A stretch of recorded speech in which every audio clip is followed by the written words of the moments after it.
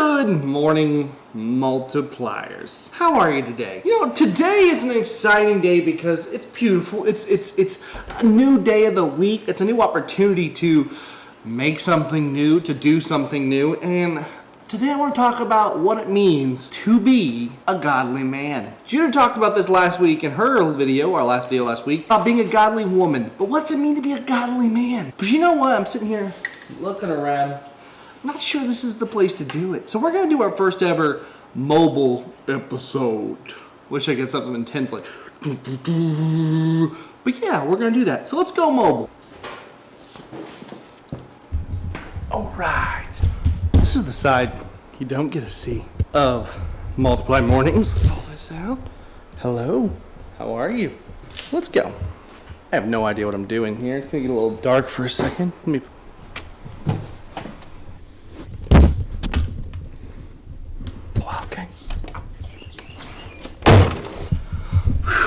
Alright, and there we go. We're on our way, looking weird to everybody who's driving by right now. That's okay.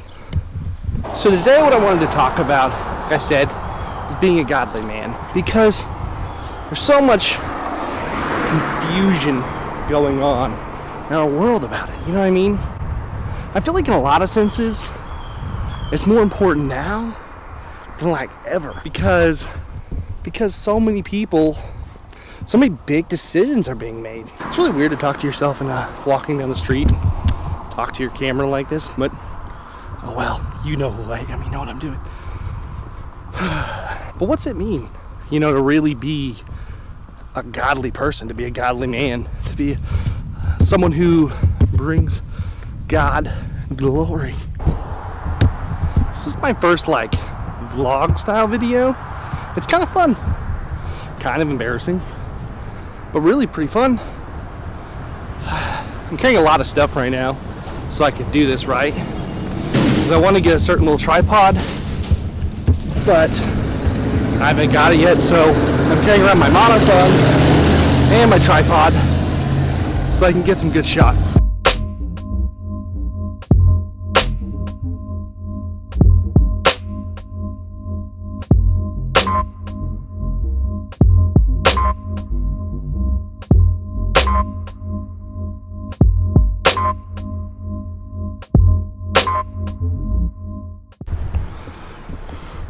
So let me start by talking about the most godly man I've ever met in my life. That's my dad. Larry Gibson, for me, is a picture of what it means to be a godly man. My dad sacrifices so much.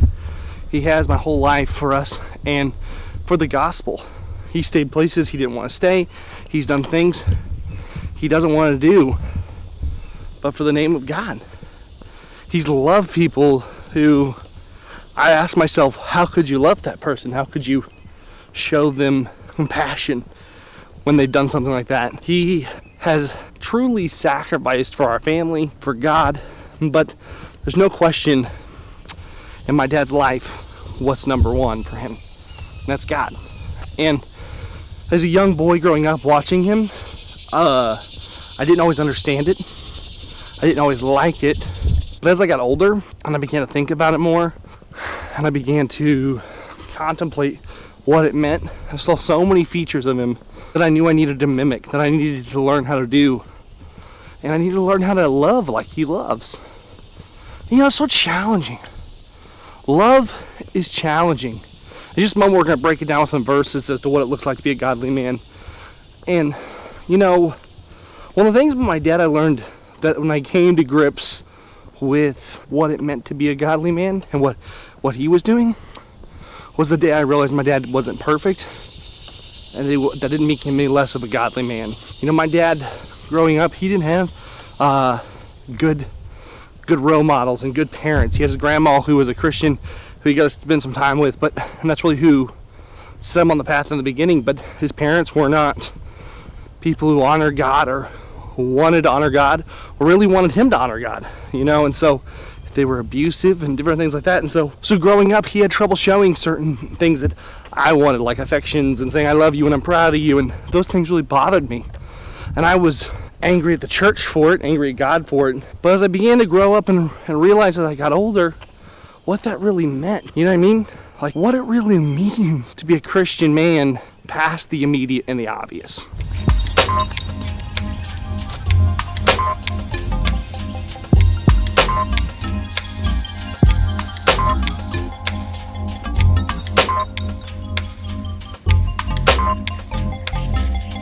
What does it mean to be a godly man from the biblical perspective, obviously? So much of life's biggest struggles and ambitions and trials are dictated by grit, gusto. True Grit is obviously a very iconic John Wayne movie, and then there was that remake with Matt Damon, and yeah, whatever.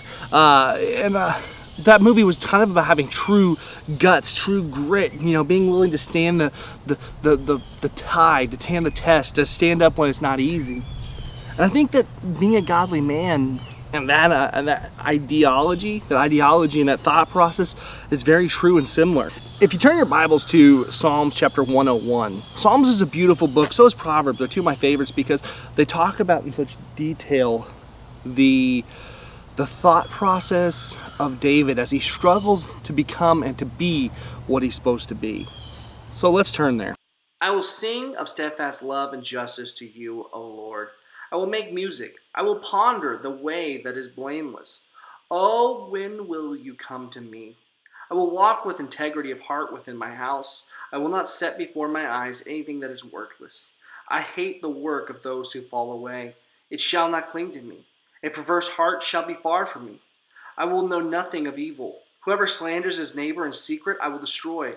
Whoever has a haughty look and an arrogant heart, I will not endure. I will look with favor on the faithful of the land, and they will dwell with me. He who walks in the way that is blameless shall minister to me. No one who practices deceit shall dwell in my house. No one who utters lies shall continue before my eyes. Morning by morning I will destroy all the wickedness of the land, cutting off all evildoers from the city of the Lord. I think this is a beautiful representation of David, the king of Israel, stepping up and saying how he's going to run his house, but also the house of the Lord, the country of the Lord. But how does this dictate to us? How does this complete to us right here today? There's so many truths of what David talks about in Psalms 101 that fit us today. David says, I will sing of steadfast love and justice to you. O Lord, I will make music. I will ponder the ways that is blameless. David is sitting here talking to us about his very heart, about what's going to come out of his mouth. We hear so often that people talk about being faithful and following Christ in every aspect of our life. Let every word of my mouth be a praise. These are things we hear, but what does that mean as us as Christians? David is this guy who failed time and time again, and that's one of the beautiful things about the Bible is it doesn't hide failures from us, from people who follow me, and it doesn't. We see David's failures over and over again, but we also see his faithfulness to return. David's sitting here talking to God that in his house he's going to seek his glory. You see, so often in our houses we seek our own glory. We sing the praises of ourselves, of football teams and basketball teams and different entities and all these things. We don't seek the glory of God. But see, we're called to always be seeking the glory of God, to seek His justice, His praise, and to be His messengers here on this earth. That's a pivotal function of being a godly man. I love where it continues on here when it says, as you go down a little further, it says, I will walk with integrity of heart within my house. I will not set before my eyes anything that is worthless. I will hate the work of those who fall away. It shall not cling to me. You see, so often, guys, he says, I love what he says that he will walk with integrity in his house. My dad, I'm using his representation because he's what I've got. He's my guide. He's the guy I look to. He's my pastor and he was my dad. So my dad, I remember I never heard my dad cuss. I've never heard him cuss my whole life. Never heard him say one curse word. I've never heard him hold a grudge. I've never heard anything of that of him because he walked with integrity. He never showed that to me. He never had that in his life that I knew of. And the reason being is because he walked with integrity in front of us. I remember my dad talking about something that really stuck with me. And it will for a long time. It's a lesson I hope to pass on to my boys.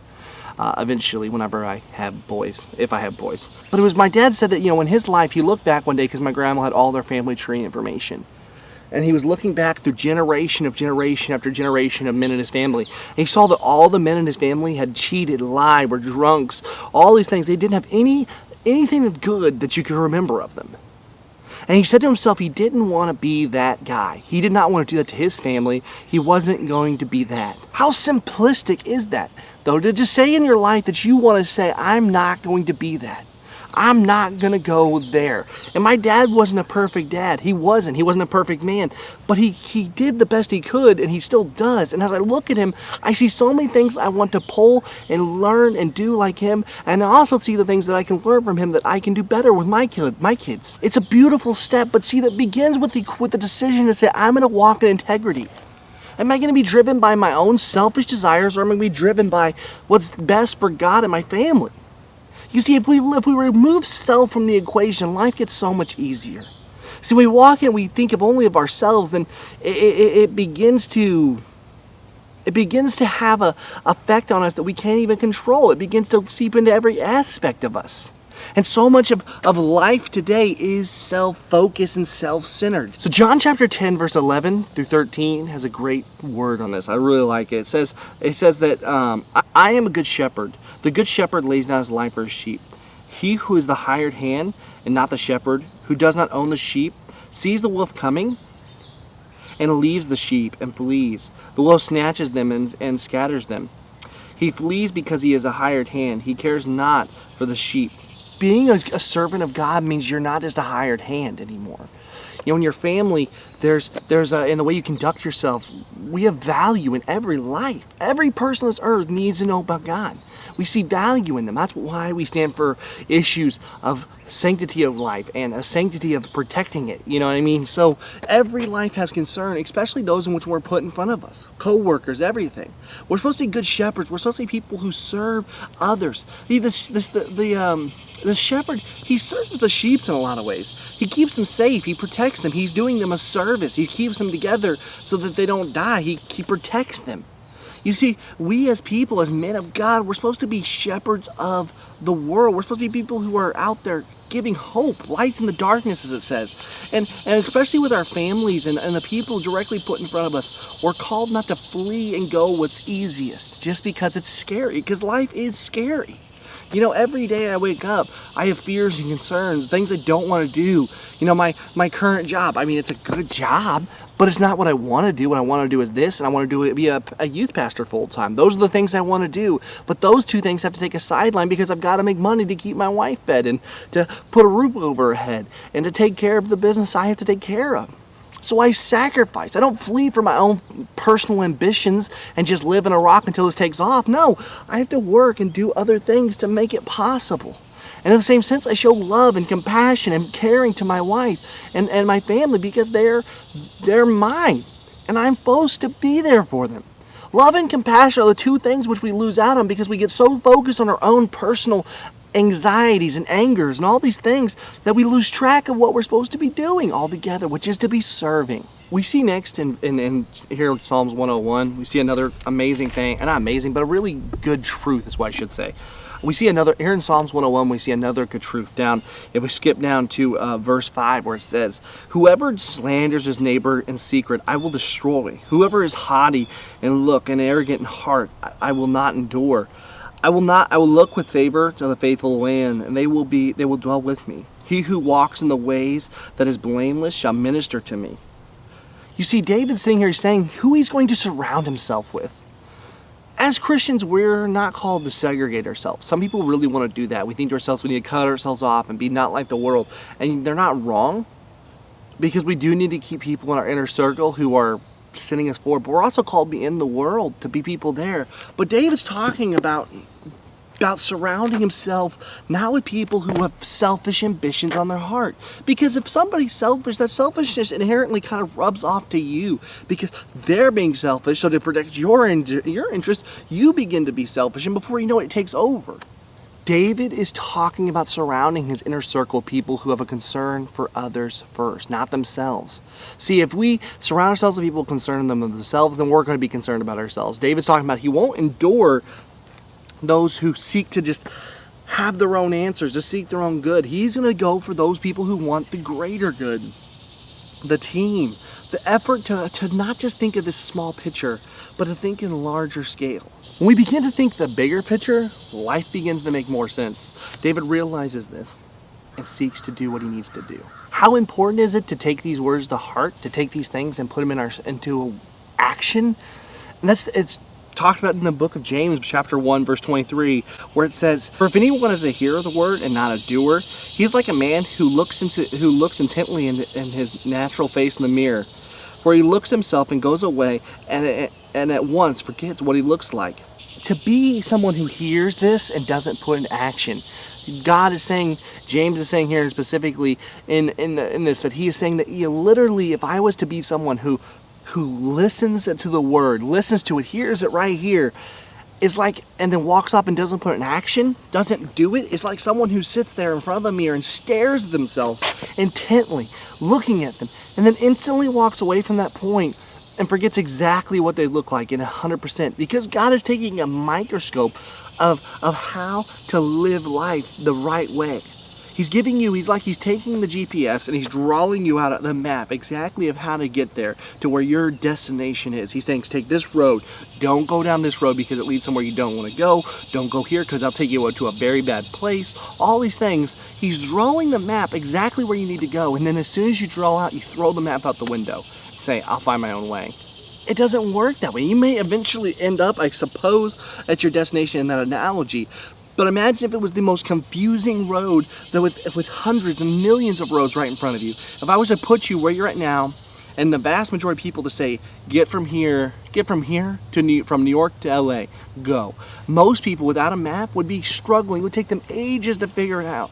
In a world of life, it's not even that easy. It's way more hard because the roads are endless. There are doors, the options, choices. Every decision we make is a decision that ends up.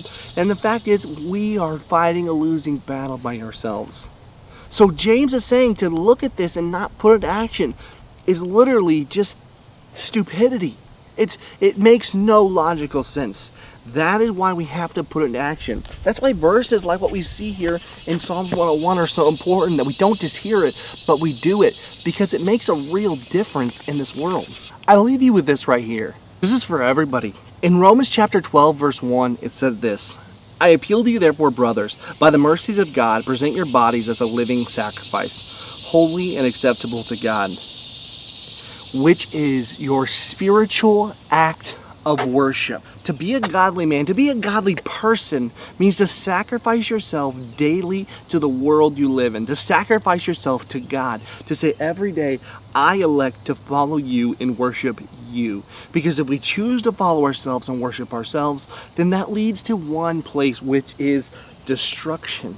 But if we choose to follow God, we surrender ourselves and say, I will follow the Lord, then we find ourselves to have true joy, honor, and grace in this world.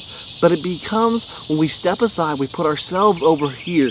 We take the looking glass, the throne of our lives, which is right here, and we take us off of it, we put us down here, and we put God up where he needs to be. Life runs the right way. It's like if we were to do an irrigation system to feed a farm. If I'm going to take and I want to feed all my crops, I have to have the proper channel, the proper way to get the water from point A to the points where I need to go. Because if I don't irrigate it properly, then my plants will die. To follow Christ, you need to make sure that the source of water of life is put in the proper channels and has the ability to flow freely through them. Because if not, then we're going to starve. We're going to die unhappy. We need to put it all into position correctness in there. It's incredibly pivotally important. You have to do this. Without doing this, we don't have any hope, literally. To be a godly man is to have hope. To not be a godly man is truly to be someone without hope. The Bible's our only hope in this world. I challenge you, spend time in it. As a godly man, sharpen your sword. Be ready for battle, in season, out of season, like it talks about in Timothy. To be ready to fight the war for Christ, because daily it's being fought, whether we know it or not. It's constantly in front of us. It's constantly compelling us to walk towards him. Be a godly man. Be a godly person who doesn't dwell in themselves or in their own personal ambitions in life, but really rather gives ourselves completely and fully to Christ. If we do that, then we have true hope in this world, and hope is something that will not put us to shame, as it talks about in Romans chapter 5. All right, guys, that's it for today. This was our first kind of like mobile episode on the Multiply Morning Show. We're trying to hit our 3 days a week show. Mondays have been difficult, so we're kind of edging towards Tuesdays, but it'll be Monday and Tuesday, and then Wednesday and Friday is what we're shooting for now. Hopefully we'll start seeing more content popping up now more, because I got my new schedule and everything's going a little bit better. But guys, be praying. Share these videos. If I can ask you to do that, I mean, if you're still this video watching right now, share it so that people hear this message, but also people see what we're doing here at Multiply Media. You guys don't realize that this takes a lot of time and resources, and by you sharing the video, our content's free, and we're never going to charge for that. But if you share this video, you're allowing us to have the ability to reach more people and to have more resources. All those things affect us. So take the time to share the video so that people hear the good news of Christ, so more people find out about Multiply Media and what we're doing here, and we have the opportunity to do more and more great things. So share the video on all your social media pages, talk about Multiply Media to your friends, let them know what we're doing here. Let's let this start like wildfire, because we have the opportunity by this little ministry to touch people all over the world.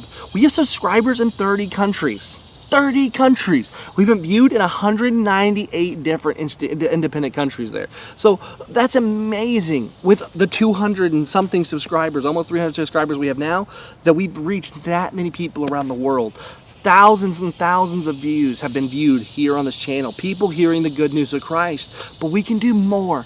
But you see, I can't do it alone. We need your help. I'm praying that God is touching your heart today to help us reach people all around the world for Him. This is a ministry-minded entertainment. It's ministry-minded media to go out through the world and to give you something good to watch every day that's also fun, entertaining, and just God glorifying. That's the hope and the dream, guys. All right, I'm done. That's my little plug there. So if you like this video, please hit that like button to let us know you want to see more in this general thing. Comment down below if you like it too. Let me know the things you liked about it, because I really would love to hear about it if you want to see more of these. So comment down below, hit that subscribe button to see all of our videos and to support us even more. That really means a lot. Check out our links in the description to our social media pages, ways you can also support us, different things like that, guys. I appreciate you watching this video so much. My name is Dan, and God bless. We'll see you next time.